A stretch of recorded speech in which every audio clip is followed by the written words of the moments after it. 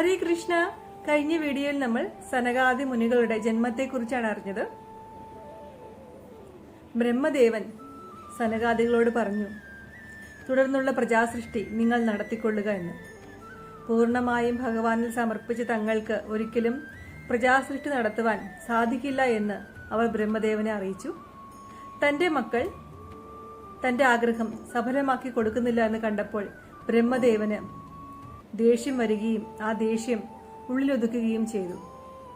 അങ്ങനെ ബ്രഹ്മദേവൻ തന്നെ സൃഷ്ടിച്ച താമിശ്രം എന്ന അവിദ്യാസൃഷ്ടി ഒടുവിൽ ബ്രഹ്മദേവനെ തന്നെ പ്രാപിച്ചു. അതിന്റെ ഫലമായി ബ്രഹ്മദേവന്റെ പുരികങ്ങൾക്കിടയിൽ നിന്നും തമോ ഗുണമൂർത്തിയായ ശിവന്റെ അംശരൂപമായ രുദ്രൻ ജനിച്ചു.